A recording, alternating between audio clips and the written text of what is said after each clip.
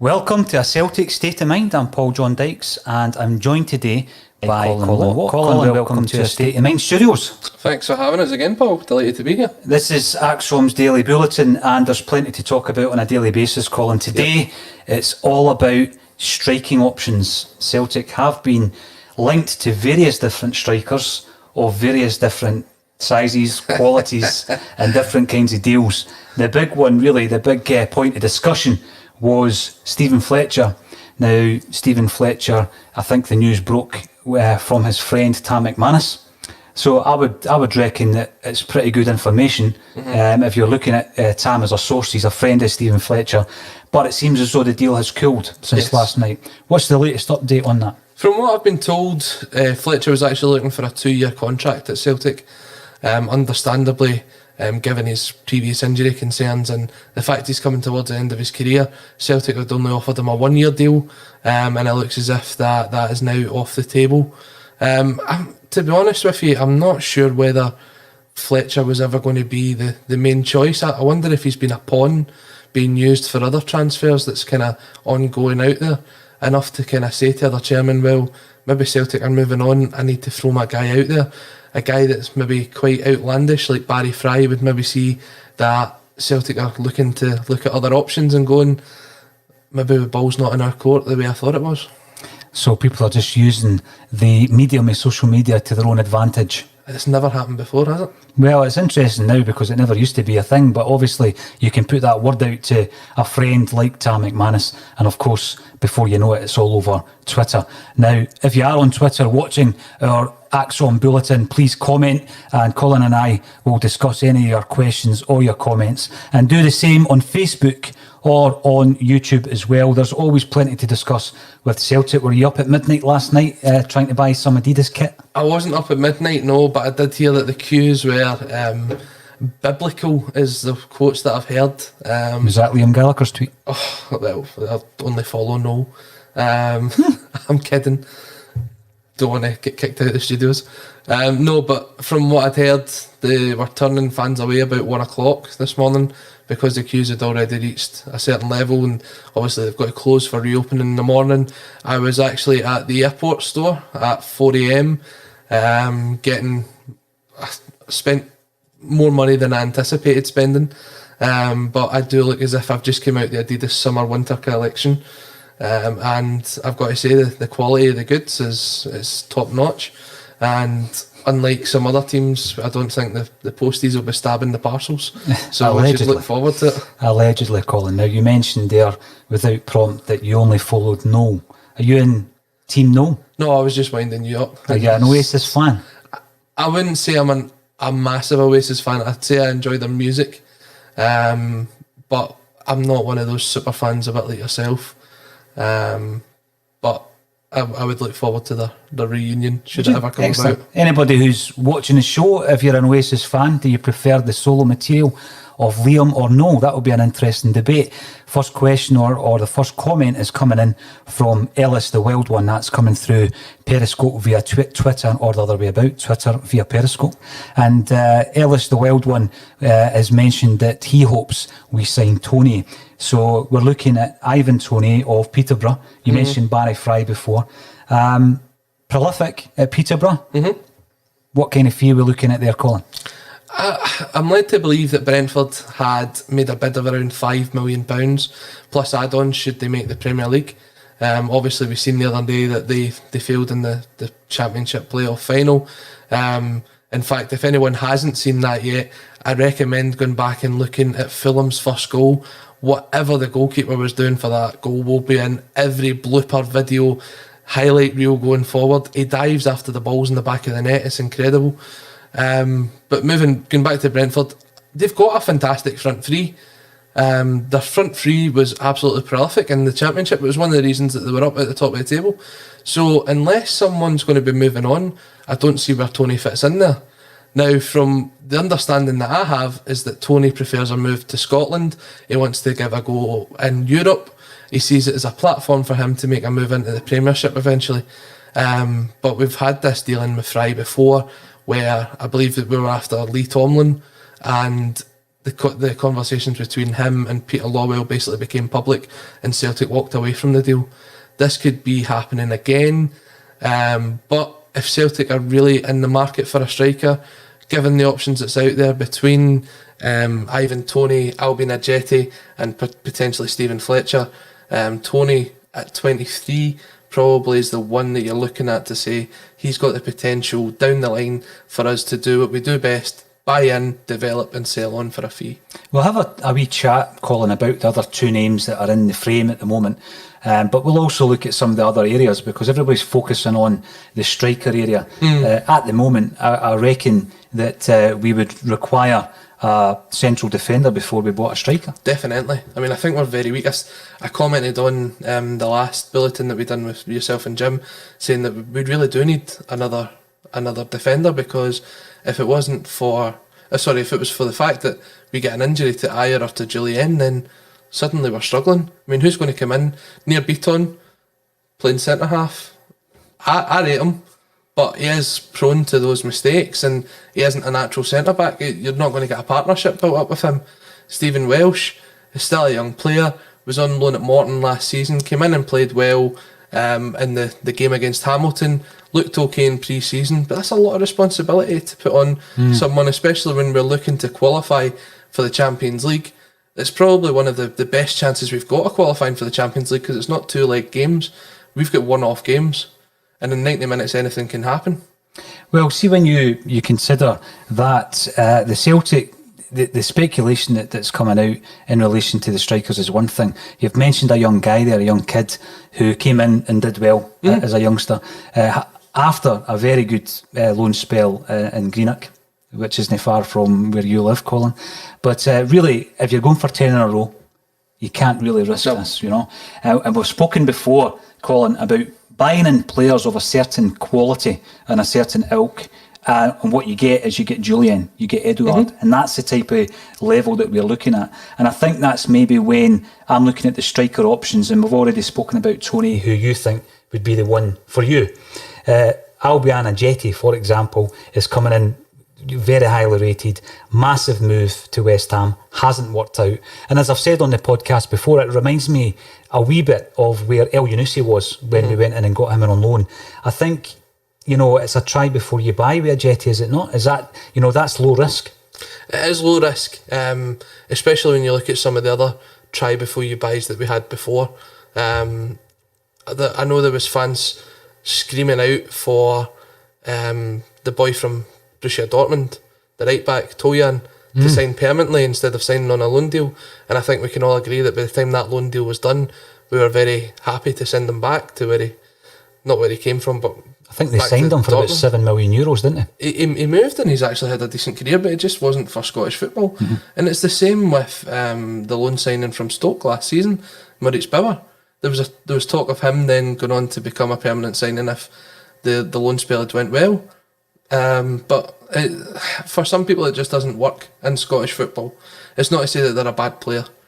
We've looked at this in various articles on the website as well. There's players that are suited for Scottish football and players that aren't. You look at Timu Pukki, who's went on and had a great career outside of Scottish football, but just didn't have the ability to cut it here. You know, we've already spoken about Fletcher. We know the story was broken by Tam McManus. Tam, if you're watching this on Twitter, please give us a wee message. But obviously there's been another story today broken by PLZ, and Tam's one of the pundits on there. So you would basically gauge the progress of that deal through the information that's coming via maybe Tam or the platform that he's part of. I think the way I was looking at it, and I've seen this commented from time to time, we're not buying Fletcher to replace Edouard. We're not buying Fletcher even to replace Klamala. You know, we're looking to try and ship out Bio. And if Fletcher is what I would regard the fourth choice, then that's fine. So I wouldn't get too excited either way if he came in or not. Obviously, we're looking at a cut in his wages, and we've offered him a 1 year deal. You've got to offer a 33-year-old a 1 year deal, Colin. If he doesn't go for it, I won't lose any sleep. If he was to sign for Celtic as a fourth choice, someone to mix it up when necessary, I'd be pretty happy with that. No, definitely. And I mean, you look at the guys that we've let go this summer, guys like Johnny Hayes, who ended up moving up to Aberdeen and signing a multi-year deal. We weren't going to offer him a multi-year deal at Celtic because he was getting to that age. Now, you can't then say for Stephen Fletcher it's 1-0 for him and it's another rule for the likes of Johnny Hayes and Craig Gordon. If that is Celtic's transfer strategy, then that's what they've got to stick with.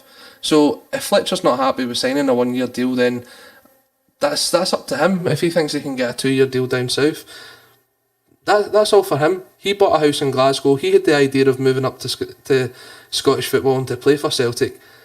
If it doesn't come about, then it's his decision at the end of the day. So, as you said, I wouldn't lose sleep over it. I would rather Celtic looked at maybe trying to do what they did with Edward. Look at bringing in a young player, a player with talent, on a loan deal with the potential to buy him on. Maybe that's what Ajeti is, with the loan to the option of buying him. And if that's the case, if it doesn't work out, we're back in the same situation next year, that's fine.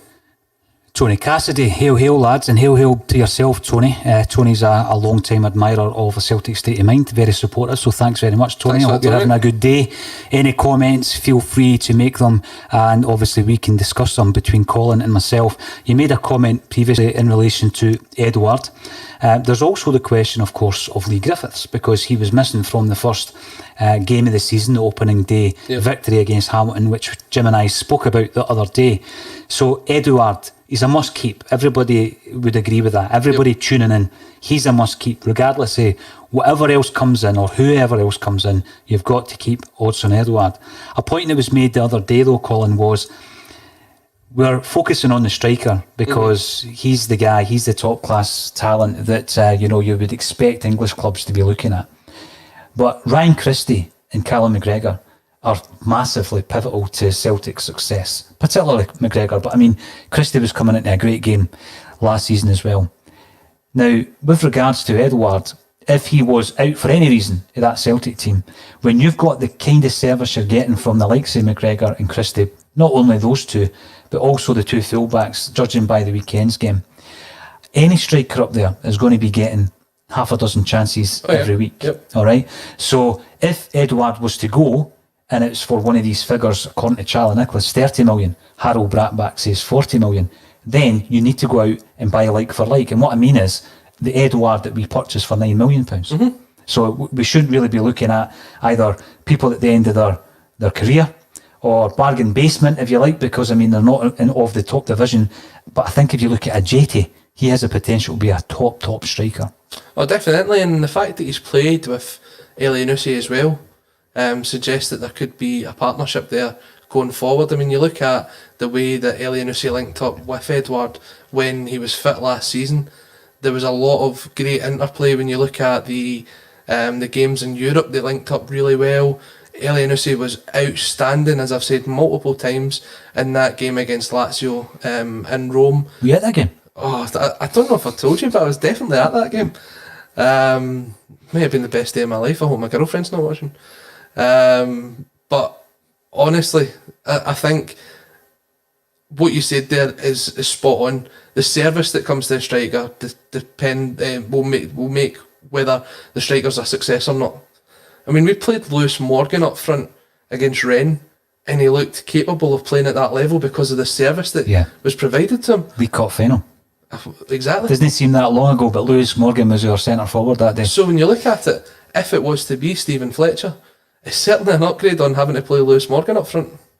Tony Cassidy makes the point, a 2-0 defeat for Mark Mckenzie last night, and he didn't have the best game at left centre-back. Is that a player that you've been following, Colin? Mark Mckenzie, obviously the American defender that we spoke about. Before that, he was actually in the Team of the Week for a couple of weeks within the MLS. So, I mean, everybody's entitled to have a bad game now and again. There's people that, when they know they're being watched, now, from what I believe, there is a scout out in America for Celtic. There's certainly been different players within the MLS linked to the club. Mm-hmm. It can be that when that pressure's on, that they just sort of, it gets to their head. It's bound to. So, I mean, we can judge a player on one game, or we can judge him on a full season.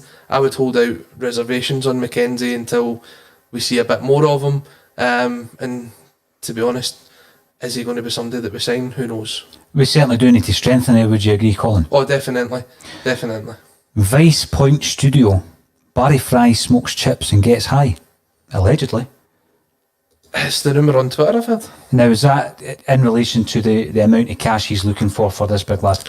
I mean, you're looking at a guy that's coming from League One. So, the players that sort of play in League One and make their way down there, they're guys that have played for your Motherwells, for your Kilmarnocks, for Hibs. Players that not necessarily we would make a move for normally. So when someone's gone out there and scoring 24 goals in League One, you've got to kind of look at it with a bit of a, what is the level of that competition? Peterborough fans will tell you they'll turn up in Scottish football and run it. But you know that's just not the case. I know. The other thing as well, I would need to check the list. I know Fletcher wasn't on the list, the famous list of transfer targets, about a year and a half ago, or about a year ago it was actually, around about the time of the Turnbull deal. Was Toney or Ajeti on that list? Can you remember? Anybody watching the live stream? Check the list and let us know. Were they two on it? Have they been long-term targets? That would be an interesting thing to check out. Now, Kevin Graham, who has appeared on a Celtic State of Mind regularly since its inception 3 years ago. Kevin, hopefully you're not doing this while you're at work, is asking if we are interested in two of these three, the three that we've been talking about for the last 15 minutes, then it means two of the current four are leaving. Well, who would the two of the current four be is the question, I think. Firstly, I'm hearing no arguments about Bio getting loaned out or even shipped out. Now, no disrespect to the big fella, right? He became a bit of a cult. Every time he ran on the field as a sub, it was the Amido Baldwin thing. Everybody was cheering him. I don't think he's got it, Colin. No, and do you know what? There's, as I said before, there's certain players that move to Scotland and they're just ready for the game. They're ready to make that transition. Bio, by all accounts, had a great season. By all accounts? By all accounts. Had a great season before he moved over. The team that he left were so gutted that he was leaving. He stayed for a couple of days to do signings and things like that. So there obviously is a player in there. Is there a buyback clause? Who knows? Hopefully.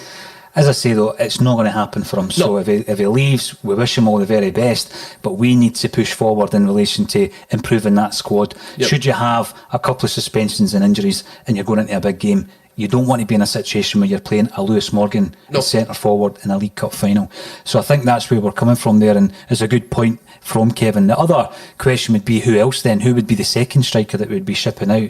I mean, obviously there's been loads of speculation around Odsonne Edouard.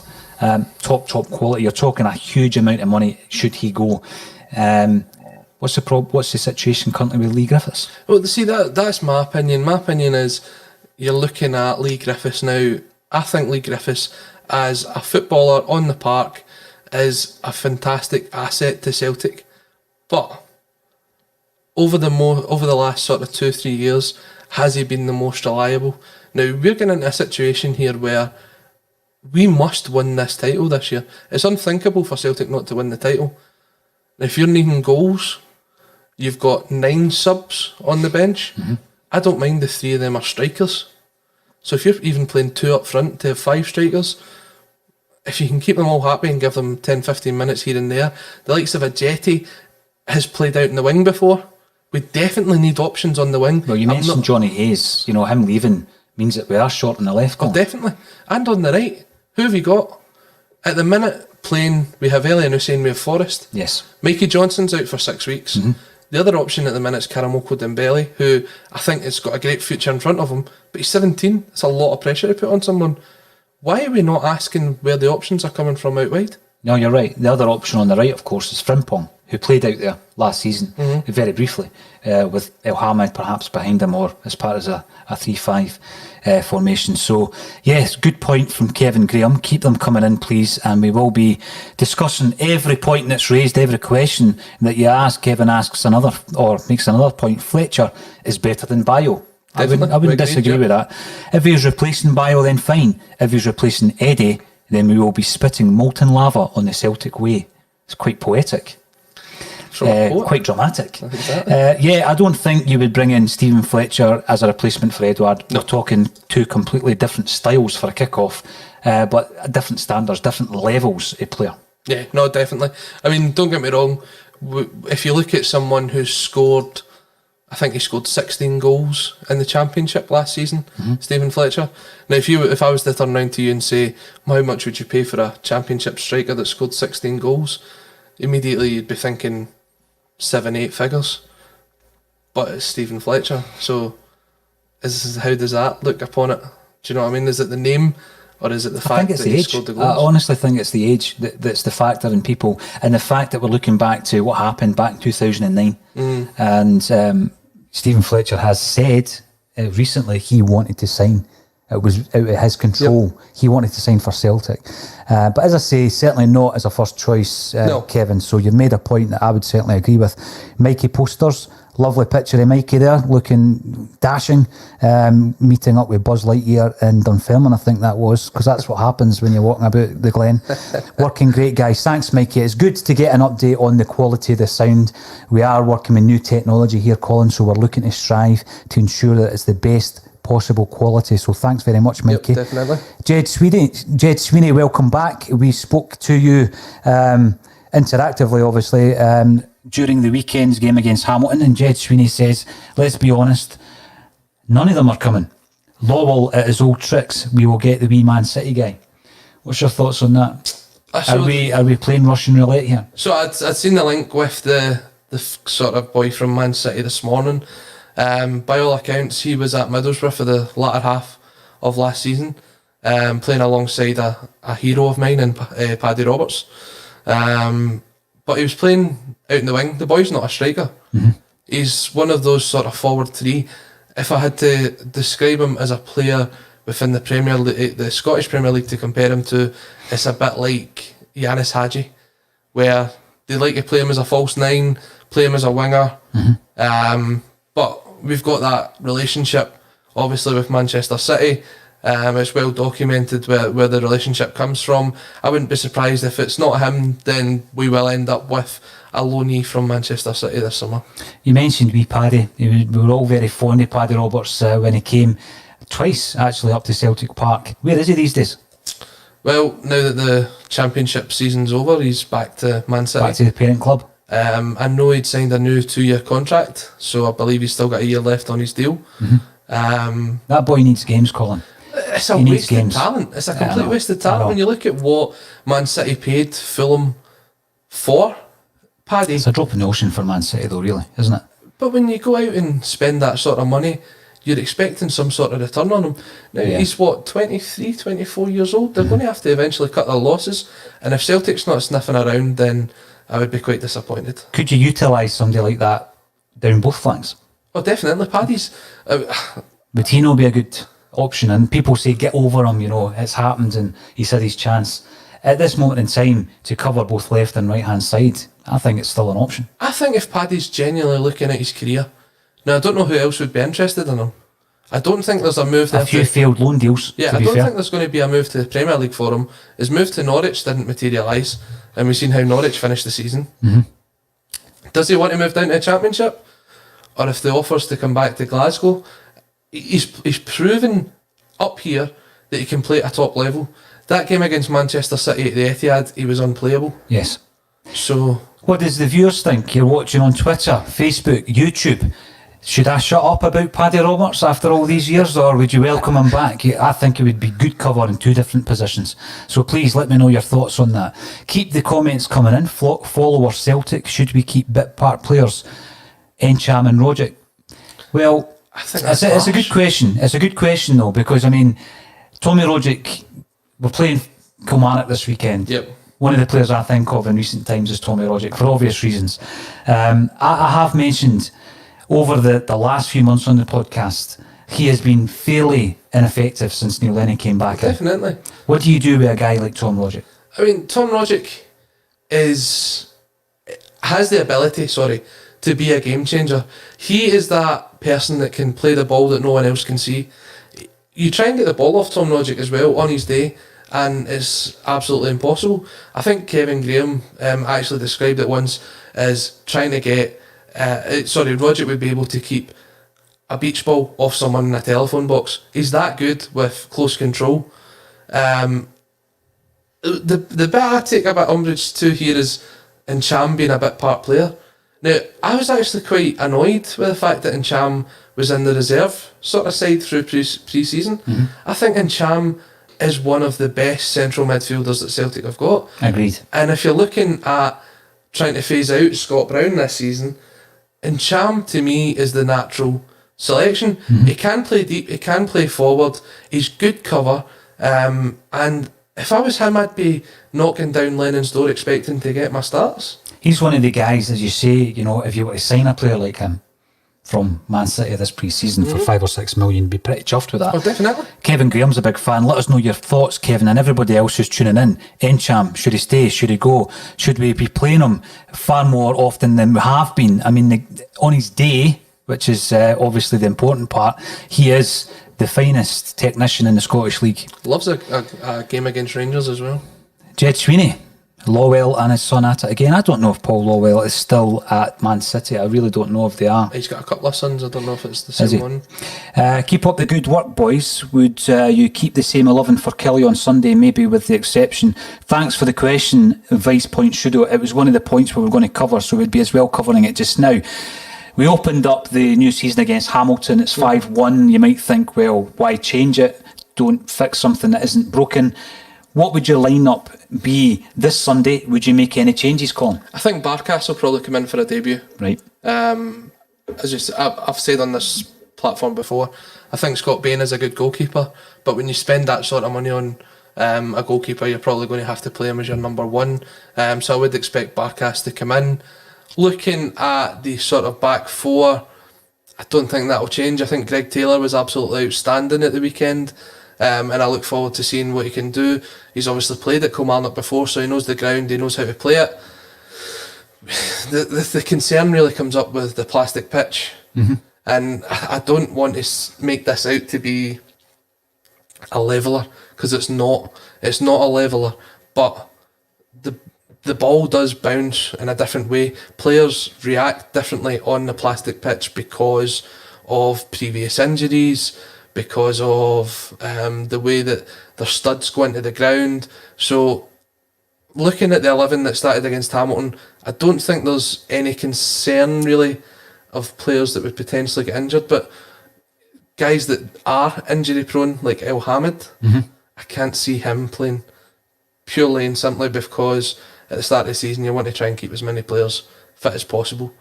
Well, on that note, because we're talking about the forthcoming Kilmarnock game, and a Celtic State of Mind will be covering the entire match live. We'll be coming on live streaming 30 minutes before kick-off, and we'll stay with you throughout the entire game. You can get involved, ask your questions, make your comments, and we'll stay with you right through until 6:45 at night. Now, what's your prediction for Kilmarnock on Sunday, Colin? I think, certainly having looked at Kilmarnock in their game the weekend there against Hibs, I certainly think they've still got a bit to go in the transfer market to get to where the stage that they probably want to be. I think Kilmarnock see themselves now as a top 6 club ever since the Stevie Clarke days. I don't quite think they're there yet, and I think that this should be another comfortable victory for Celtic. If we get going early doors, it could be another 4 or 5, but if they become difficult to break down, who knows, maybe 2-1, 3-1. But I'm thinking positive. I'm going to go with a 4-0 Celtic victory. And first goal scorer, El Yunusi. So 4-0 El Yunusi. There's a prediction from a Celtic State of Mind. Join us at the weekend. Get involved. Colin will be with us. He's one of the pundits on Sunday, as will Kevin Graham and David Slight. If you want to get involved, DM me and we'll see what we can do. We're based in Dalkeith at a State of Mind Studios. And if you want to sponsor this show or any of the Axom shows in the future, get in touch, because there are some opportunities for that as well. Jed Sweeney, if we want Toney, just go and get him. I think that comes down to Barry Fry being one of these wily old managers who's a wheeler and a dealer, and he'll be trying to hold Celtic to ransom, Colin. I think it also comes down to the fact that the transfer window doesn't close until October, and if Peter Lawwell can kind of etch out a deal for as long as possible to get the best possible deal for the club, that's exactly what he'll do. Now, the point has already been kind of raised and covered by yourself. Should we play Bain or Barkas? Thanks for the question, Vice Point Studio. Colin's already said Barkas. I think if you're Bain, you would be feeling a wee bit disappointed at that. And then you look at the goalkeeper jersey for this season being short-sleeved, and that might cheer him up. Well, that is his favourite. I know that when it was the long sleeve jersey, he had a habit of cutting it and cutting the sleeve because it was short. Goalkeepers, they're a unique character. Eccentric at times. Exactly. You'll not remember Campos, will you, from the Mexican from the World Cup? He used to do the loud strips. Oh, yeah. And then you had Bruce Grobler, the clown prince of soccer, amongst other things. Follower Celtic, Mckenzie, work permit hassle like Perez and Gutman. That's not a bad point, actually. We brought the two young Americans in, loaned them right back out. Should we bring another in for the potential for that to happen again? I mean, that is a good point. I hadn't actually thought of that, although the problem that they had with Perez and with Gutman was that they weren't actually around the US national team, whereas I believe Mckenzie has been. And if you've got a certain amount of caps, then you do qualify for the work permit. Perez and Gutman actually failed on appeal, which is the reason why they're back playing in America, and Celtic can't put another appeal in until this Christmas time, which they fully expect that it will go through and Perez and Gutman will join. But even at that, the guys are probably going to need to go on loan in Scotland to sort of get some Scottish experience before they become valuable to the Celtic team. I think Mckenzie might just get through that because he's been in and around the national team. So Celtic, I'm sure, have done their research on that. We'll walk through some of these questions, Colin, before we wrap up the Celtic State of Mind Bulletin. Thanks for sending these queries and comments in. Kevin Graham, if guys like Mckenzie have more than one decent season, they go out our price range. We have to make a gamble on a half season of potential and hope for the best. So we are getting work in progresses. And I think obviously there's a huge risk there. Celtic have played that market well, but there has been so many signings coming in that just disappear off the side of the earth, you know, and we've spent a lot of money on guys like that. Yeah, no, definitely. And the work in progress thing, it does sort of have its ups and downs. I mean, nobody would have anticipated that Jeremy Frimpong would be our first choice right back when we signed him away back this time last season. No one would have anticipated that at all. Guys like Sorrow, we didn't know what we were getting with him. Having looked at him in pre-season, looks very good. Luca Connell, another example of someone that we didn't know what we were getting. But then for every one of them, there's a bio. So there certainly is. You're going to have successes and failures, but I guess that's just the way it is when we play that it's market. The nature of the beast, Colin. Mikey Posters is asking, if there was a player in the SPFL you guys would love to see signing for Celtic, who would it be? I mentioned it the other day, Martin Boyle. Martin Boyle at Hibs, I think, would be a fantastic addition to Celtic's side.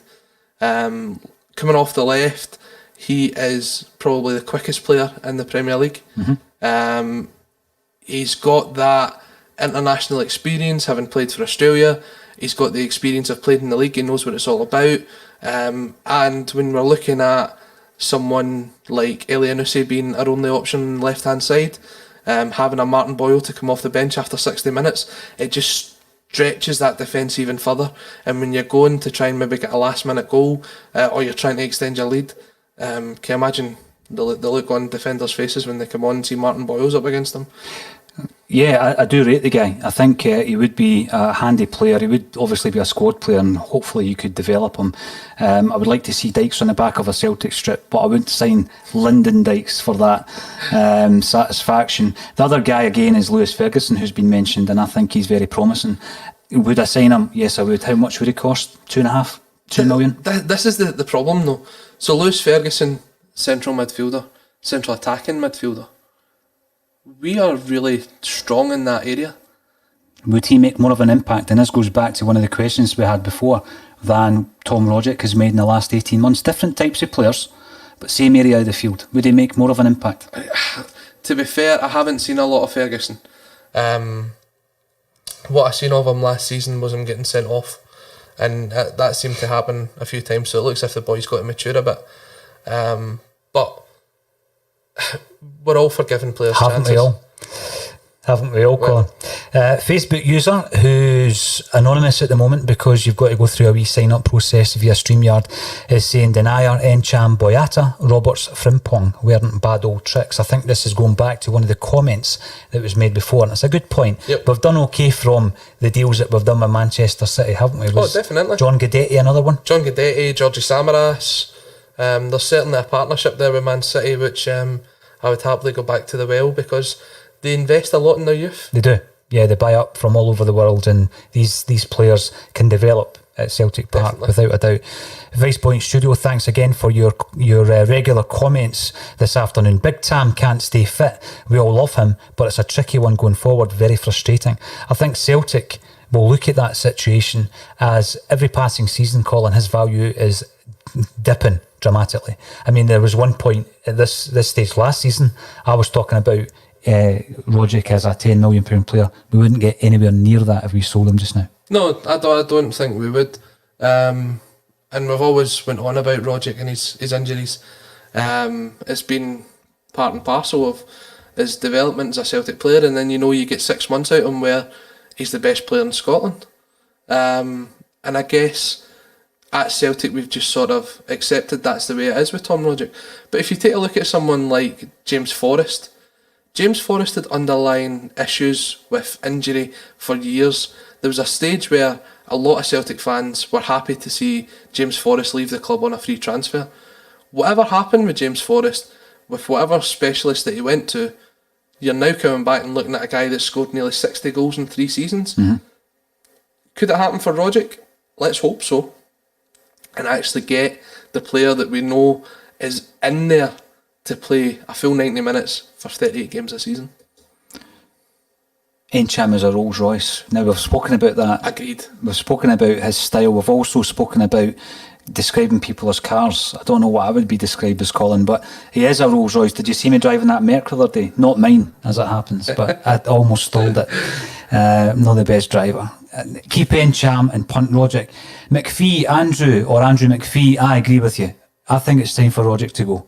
I think we need to free up that wage and free up that space in the squad. Encham is a different level. Completely different level of player. I would give him more games. We're talking not about phasing Scott Brown out. We're looking at his age, and we're looking at how his experience in the changing room and the actual training pitch in the dressing room is so valuable that he needs to be part of the club.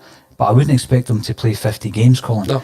Encham comes into the squad far more for me this season.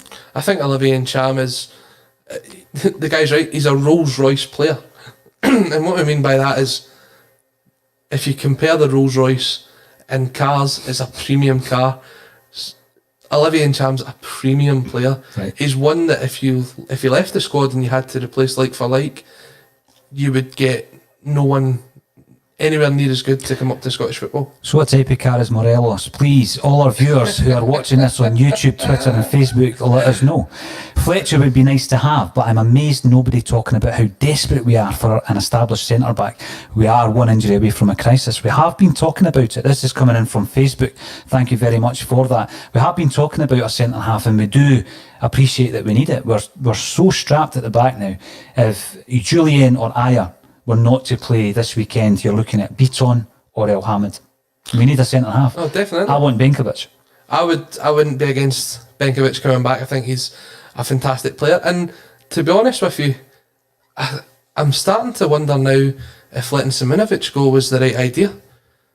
Because unless we've got someone in that can play the games that Simunovic played last season, then we're struggling. I think when you look at that, if we were sitting here and Simunovic had signed a year's extension, which was the option, wasn't it? Yeah. We'd be thinking he can't play this Sunday. No. And when a quarter of the pitches are, astroturf, for want of a better expression, artificial, then I think that's a big issue. It is, but when you come into it, so we're playing Kilmarnock this Sunday. Mm-hmm. We're then playing St Mirren on Tuesday. So we're going to have a lot of games coming in a short period of time.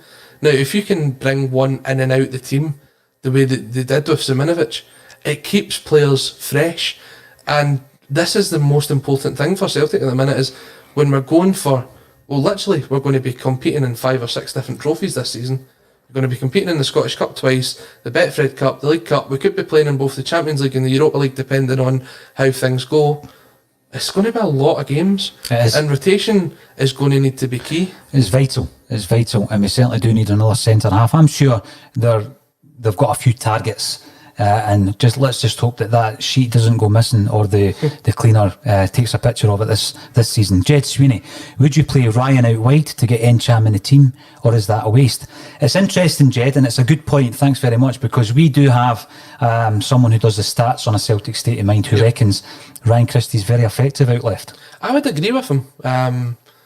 I think when you look back at the game in December, the Rangers game that we lost, we changed it up after having played the whole month with Ryan Christie out in the left. We moved him more into a central role, and at the time we're going, that was the right thing to do. But it totally set off the balance of the team. Ryan Christie was very effective coming in from the left. When you look at the goals that he scored in Europe last season, quite a lot of them were coming in from the left-hand side. The game against St Johnstone on the first day of the season, I think he played out left as well. So if he can play that position, it's another option for us. And if it brings in someone like Encham into the side, it's another option that we've got. I'm sure it will work against certain teams, other teams it won't. That's up for the manager to decide. Absolutely. Kevin Graham, are you still on your lunch? I love Encham, but don't see him as Brown's replacement. I struggle to see a defensive capability in his many magical attributes. Yeah, you're right, and I think that's maybe why I like Lewis Ferguson, because I think Lewis Ferguson does have that defensive quality in his game and in his play.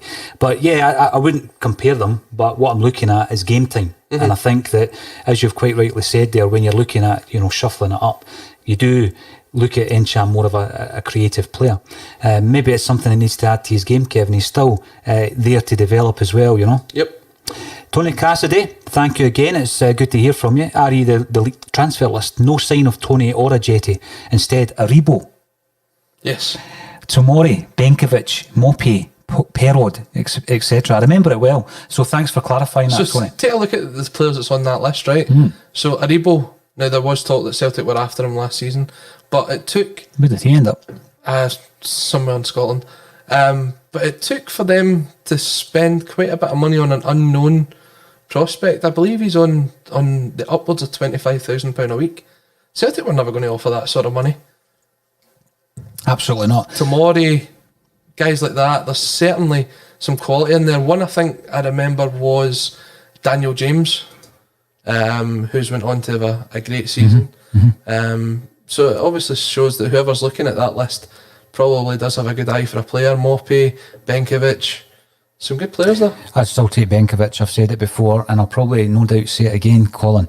Vice Point Studio, according to a certain tabloid, Morelos would be catching the eye of Barca and Real Madrid if it wasn't for him being Colombian. People have to sell papers. Well, they do. Hail, hail, boys. That's from Northampton Tim. Thank you, Northampton Tim. And stay in touch with us. Get involved. Ask some questions. Make comments. Gary Weir, do we have any information on what would happen if Celtic draw a team from a country that are on the quarantine list? Would the players need to isolate when they return? Celtic would play the game at Celtic Park. Right. That's the rules. That's the rules. Thank you, Colin Watt. The Celtic medal. Rogic is a game changer, and he can open up defences. Exactly what I was saying before. If you take a look at some of the games against Rangers where we tore them apart, it was the combination of Rogic and Paddy Roberts splitting the Rangers' defence for a lot of the goals. I think Rogic has that ability when he's fit and when he's on his game to totally change it. We take a look at, we're playing Kilmarnock at the weekend, even going back to when Rogic was just first coming into the side, he still manages to pick a ball up and hit it from 30 yards. He's got that ability. He can pass, he can shoot. If we can keep him fit, he's a massive asset to the side. Cooley, 22, agreed Rogic to go. Bring in Big Fletch as well, cracking deal on a free. Yeah, we have discussed that, Cooley, and I don't think Colin agrees with you on Rogic. However, I think, as I say, with every passing year, Celtic are looking at his valuation dropping. Encham is a good player. This is coming in from Facebook. But is he going to be a first pick ahead of Bruni, Kalmak or Christie? It's a long season. One. There's a lot of games. Yeah, guys, we can't have players like Callum McGregor playing every single minute again this season. It's not good for the players. As they get older, it will shorten their career. That's why when the fact that we've got 5 subs this season, we should really utilise that. if we can bring 5 players on, if we're 3-0 up at home to whoever and there's still 25-30 minutes to go, I would be bringing off Scott Brown and Callum McGregor to keep them fresh, because the games are going to be coming thick and fast. They certainly are, Colin. Thank you all for your mentions, your comments, your questions. Cooley22 reckons that I'm a Vauxhall Nova. I think you're referring to me. You're probably right. I'm hoping it's not me. And also Fletcher, 30 odd goals in 124 games. Hardly earth-shattering. That's from the Celtic medal. Absolutely. You know, you bring him in and what you're getting is a guy who's partner and a goal scorer, you would think. He's one of these classic non-goal scoring strikers who holds the ball up, lays it on, etc., wins headers. But I mean, if you look at Fletcher's career, he's certainly been an asset to the teams that he's played for. Yeah. And as we said, we're not bringing him in to score. If we do bring him in, we're not bringing him in to score 25-30 goals a season. What you're looking at is, in a close game with 15 minutes to go and you're desperately throwing everything at it, he's a 6 foot, whatever he is, guy that's going to throw himself about the Mix box, it up. and we don't have that option at the moment. What about James McCarthy? We spoke about James McCarthy the other day on the Bulletin with Jim Simonetti. I mean, there's another guy in McCarthy. Where does he play? You're going to have him playing central midfield. Mm-hmm. I was going to be cheeky we've there. got so many options in there. Yeah. Unless someone moves out, then I don't see a place for McCarthy in the team. Mm-hmm. And he's a different type of player than the ones we've been mentioning Yeah. in relation to Tommy Rodgick. Follower Celtic, thoughts of the new sub-rule? Time for the development, lads? I think it's a great thing for Celtic. I think it's not so good for teams like Hamilton, teams that are on a smaller budget, because when they come up against a Celtic or a Rangers or an Aberdeen or a Hibs, they can look at the bench and they can say, well, I'm going to be bringing on 17, 18-year-olds. Whereas for Celtic, we could have guys like, for example, Fletcher, who could come off the bench. Mm-hmm. The way I look at it, Colin, is development kids, development players are not getting enough games. No, definitely not. So when you introduce the new substitute rule, you've got a larger matchday squad and there's more opportunities for game time. So from that perspective, absolutely, I'm all for that. And it's something that should probably continue beyond this season. I think we'll see a lot of guys like Luca Connell and Karamoko Dembele, probably Stephen Welsh, will be involved in these squads. Whether they'll get game time or not will all depend on how Celtic's playing. But that's good for us to bring Kundai through it. Benyu, He's gone. is he away? He's gone. Is that his contract up? And he's actually older than what you think he is. He's 23 maybe. I think he's a bit older than that again. Is he? So, Cooley, would love to see Luca Connell get some game time this year. Looked very good in the friendly recently. He actually looked good a year ago when we played Rennes in the pre-season friendly, Colin. You've just mentioned Luca Connell. So I think we're all in agreement. It would be nice to start to bleed players like him in who's got first team experience down at Bolton. So it's not as though you're trying to break him in as a 17-year-old. And he's quite a versatile player from what I'm led to believe. Played left back for Bolton as well. So by all accounts, he seems to be very well liked at Celtic. And he's in and around the first team squad now. So if that's the chance and he gets it, I'm sure he'll be desperate to take it. Gary Weir, thanks for getting involved via Facebook. You've sent in a couple of comments this afternoon. Keep them coming. Sorrow looked decent in pre-season. Think we will see more of him? I would say so. He reminded me very much of Kante and the fact that they're both of similar build and stature, but weren't scared to get in and about. I'm not going to say that he's going to be as good as Kante, but he just plays that sort of role. He will be good. There's going to be times in this season where we're going to be struggling with injuries because of the amount of games we're going to need to play. Oh, definitely. So to have someone like that ready to go, to step in and play 30 minutes here or there, it's going to be a lot better of an option than, for example, bringing on a Yusuf Malumbu, who... Remember him? Exactly. There'll be a couple of people out there going, who? I don't think he got another club, you know. No, he's I think not. he's still not played. unattached. He was linked back to Kilmarnock, but he never ever went. Early 30s. Yep. Yeah, there's so many players like that these days, Colin. And, you know, if you've played 5-6 years in English football, financially, it's not a big deal for them. No. You know, because they're made. I've got a few more questions to work through here, Colin, but as I work through them, what's your thoughts on Douglas Ross? Is it a conflict of interest for the leader of the Scottish Tory party to referee football games? I mean, how can someone in a position like that have a second role? I mean, we know these guys are getting paid vast sums of money, and that's both for refereeing and for being politicians. How can you serve the constituents of your area when you could be travelling all over Scotland? He's a UEFA referee as well. Yep. He could be travelling to European games. Now, I'm not wanting to say that the Tory party are to do well in Scotland as long as they feel I'm happy, right? But if you're of that persuasion and you're looking at someone who isn't going to be in Holyrood, isn't going to represent the party because they're refereeing Shakhtar Donetsk versus whoever, Yes. is that the person that you really want in charge? What it says to me is that party's in a poor way because he was the only candidate, and that's the only reason that he got the job. He's well suited to the job, to be fair. Facebook user, even Fletcher in 2009 at Hibs was about 1-4. Yeah, I don't think he's ever been known for his prolific goal scoring. No. Aaron Hickey and Barry Hepburn to Bayern to join Liam Morrison, all through David Moss. Well, obviously, we've heard over the last wee while that, you know, these elite clubs are looking at the development side and they're hand-picking players. Yep. You know, and we've seen that. And it was, you know, on one hand, you're saying to someone like Liam Morrison, good on you, lad, that's a great move. But, you know, if he's got the talent, you want to see that in a Celtic jersey. It comes back to what we were just mentioning earlier. We've probably stunted development for quite a few players, but not given them game time. Remember Jack Aitchison? Yeah, Forest Green Rovers last season. Wasn't even the squad that went to France. Didn't play in any of the pre-season. To me, it suggests he's going to be out the door again. He's in the last year of his deal. So another one for you to throw into the mix. Vice Point Studio reminds us of a player called Marianne Schwede. Again, do we know what's happening with this young man? From what I'm led to believe, he's going to be going out on loan again. I think he's still got 2 years left on his deal at Celtic. But the problem he seems to have here is apparently he doesn't speak English. Right. But I mean, the big thing is there's a lot of players like Schwed that, you know, in bio is another obvious one that you need to remove from the wage bill. If they're not going to play, get them off the wage bill and then bring in someone who is going to be pushing for a first team slot. Colin. I think my fear for Schwed is that we're going to let him go to a team in Europe and then we're going to face him in 2 or 3 years in the Europa League or the Champions League and he's going to come back and bite us because there is talent there, but whether he can do it at Celtic's still to be seen. It's a chance I would be willing to take. Now, thank you very much, Colin, for joining us on A Celtic State of Mind.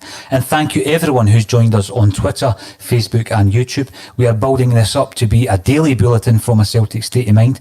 We're recording from State of Mind Studios. Get involved, add your comments, ask your questions, and we'll see you again soon for another episode of the Celtic State of Mind Bulletin.